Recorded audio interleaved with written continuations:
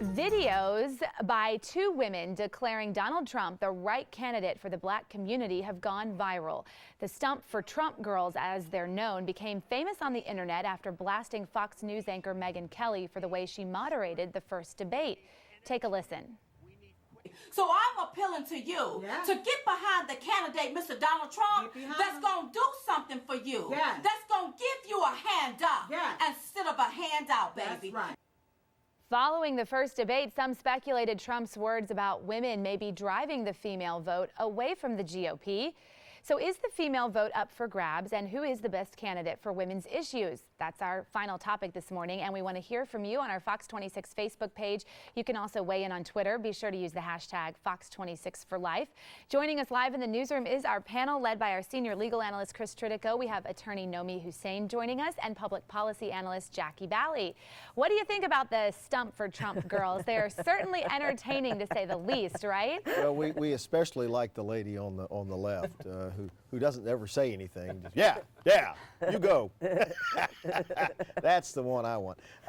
You know, the question that you pose is a really great question. Is the female vote, is the women vote up for grabs? Of course it is, because it's way too early in the presidential campaign here for for too many people to have coalesced around any single candidate, especially when every Republican in the country is on the ballot. And so this is a long haul process. Donald Trump is surging today. I don't expect Nomi Hussein that he's going to surge forever, but nobody's yet found the way to start bringing him down in the polls. So is he the person who's going to attract the African-American female vote? Well, Chris, I'm man enough to admit when I'm wrong. And a few months ago, I sat in this chair and I said Ted Cruz was the greatest gift to the Democratic Party that anybody could give. I stand corrected. Donald Trump is the greatest gift that anybody could ever give to the Democratic Party. We talk about political correctness and how there's too much of it in our society today. This man takes it to the opposite extreme. I mean, who has he not offended? He's offended women. He's offended war veterans. He's offended our allies. He's offended immigrants. He's got no economic plan. He's got no immigration plan. He's got no foreign policy plan. Yet he goes up in the polls every week. And he goes up in the polls every week. And the fact, when you ask him, what are the details of your plans, he says, trust me. Well, I'll get around to that. I'll get around to that. What about that? He doesn't really say any policy things. He keeps going up in the polls. And you've said time and time again that it's not Republicans supporting him. I disagree with you on that, but this video would tend to support you. Yeah, and you have a lot of people like those two women who are not typical Republican primary voters who are very entertained and rallying around Donald Trump. And so that's why this video is very interesting. Look, recent polls by ABC, CNN, other stations, and TPP have said that he's not the Tea Party candidate, Scott Walker is. They've said he's not the moderate candidate, Jeb Bush is, and Ben Carson has been surging in the polls.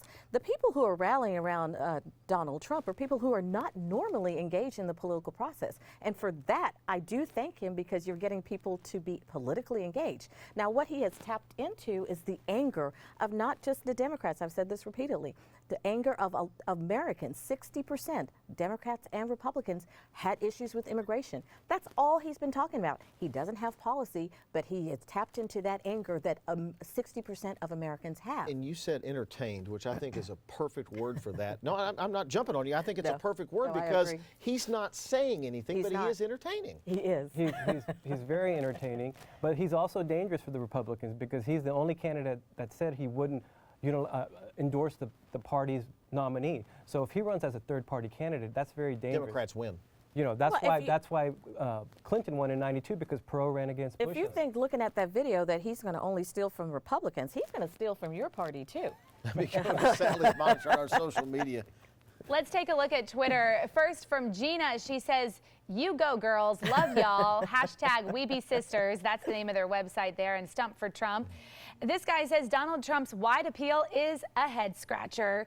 And finally, 2016 in a nutshell. Hillary's got email issues. Donald's got female issues. Just vote for Carly Fiorina.